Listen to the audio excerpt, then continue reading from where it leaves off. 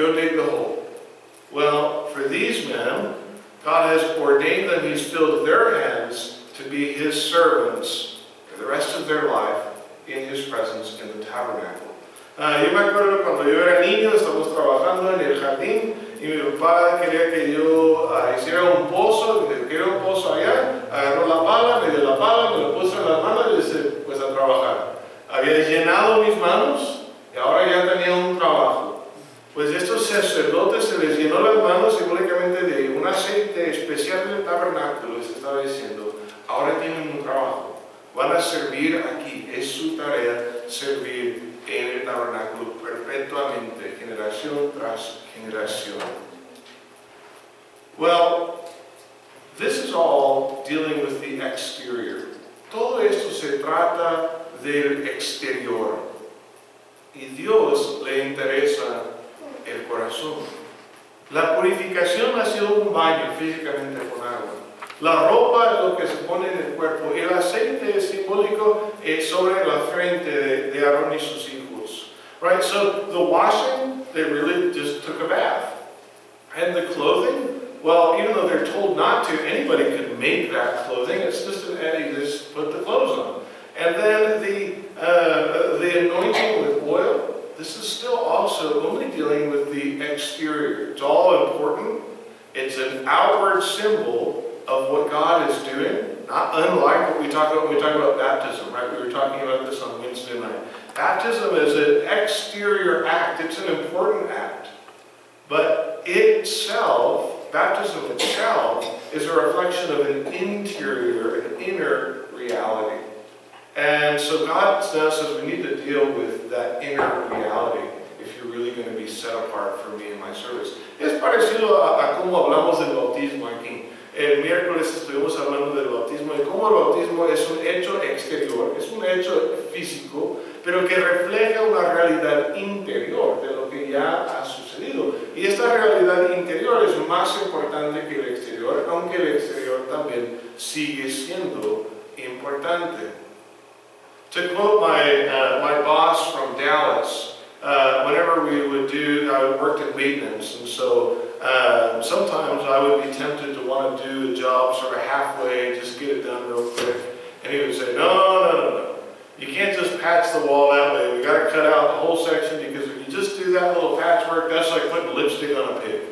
And what he meant by that was that putting lipstick on a pig doesn't change the fact that it's still a pig, right? You can change an aspect of the external reality, but you really need to go deeper if you want to fix the problem.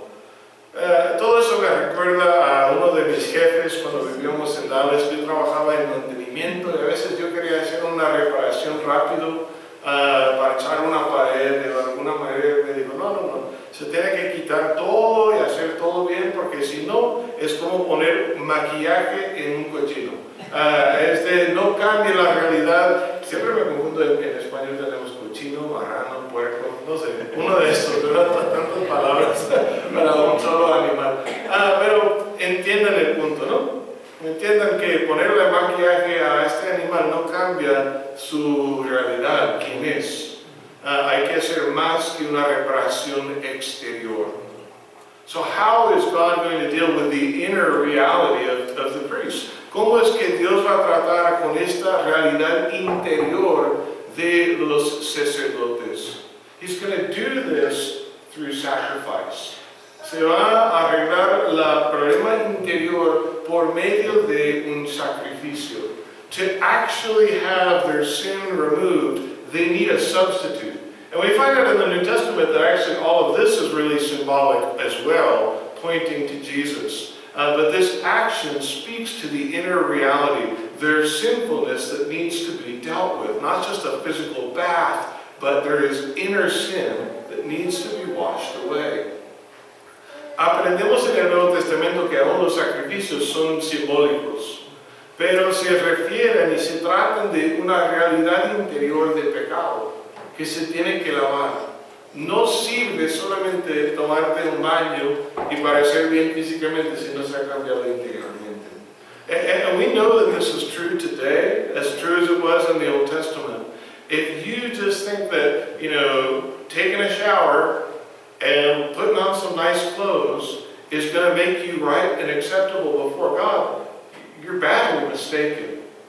Because God says there's an inner problem of sin that must be dealt with. Dios no está contento con que nosotros tomamos un baño, que nos ponemos ropa bonita y que hacemos algo, venimos a la iglesia, lo que sea. Si tú piensas que estás bien delante de Dios por eso, estás grandemente equivocado. Esas cosas no son malas, qué bueno que se bañen, qué bueno que se visten, qué bueno que vienen a la iglesia. Pero a Dios le interesa el interior también. Right? Those things aren't bad. It's good for you to take a shower. You should do that. It's good for you to wear clothes. You should do that. It's good for you to come to church. You should do that. But if that's all that's happening and the inner reality hasn't been dealt with, then we're still very far from God. So, God says there's 3 sacrifices. The first sacrifice is a sacrifice for sin. That's the bull. El primer sacrificio que se va a ofrecer es un sacrificio por el pecado.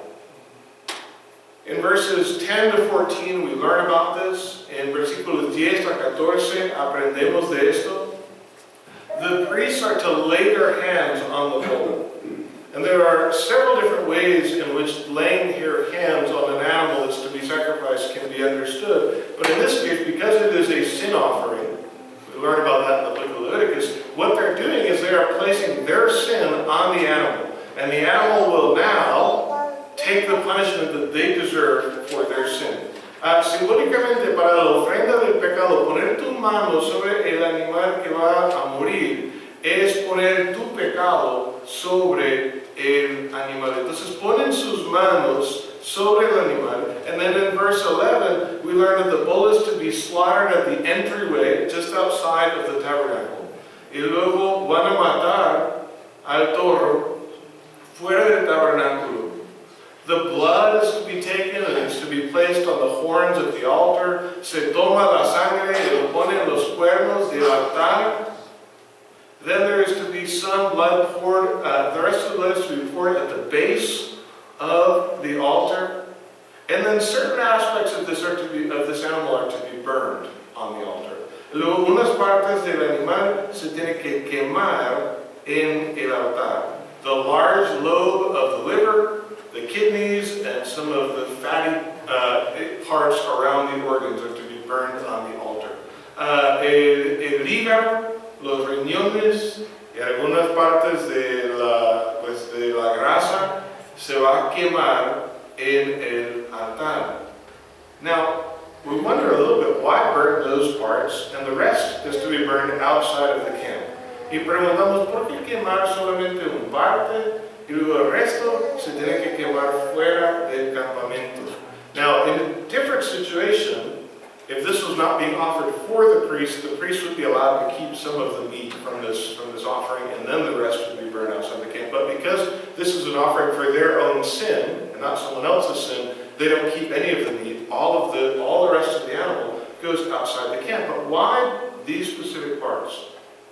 Well, funny the things that you find digging in the dirt. Archaeologists have found livers, animal livers, models of them, made of clay from Mesopotamia. And they divide them up into all these different sections, some of them as many as 50 sections. And they have all of these omens and magic formulas written on them.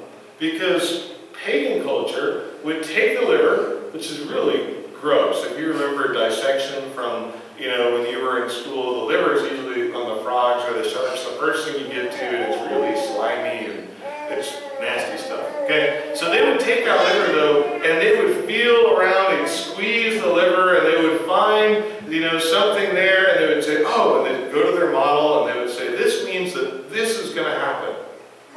Well, God says, none of that. You just go ahead and burn that right here, right now. I don't want you playing with the liver, okay? You trust me for direction. God had given them instructions on how to seek His will.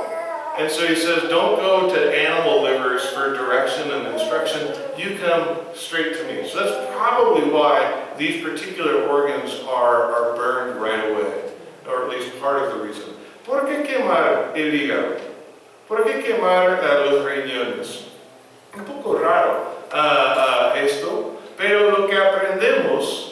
arqueólogos han encontrado en Mesopotamia, esa región, lígaros, modelos de lígaro hechos de barro, y lo dividen en 50 pedazos, y en cada pedazo le ponen alguna cosa de profecía, alguna fórmula mágica según las religiones paganas de aquellos tiempos. Y lo que harían es que los paganos matarían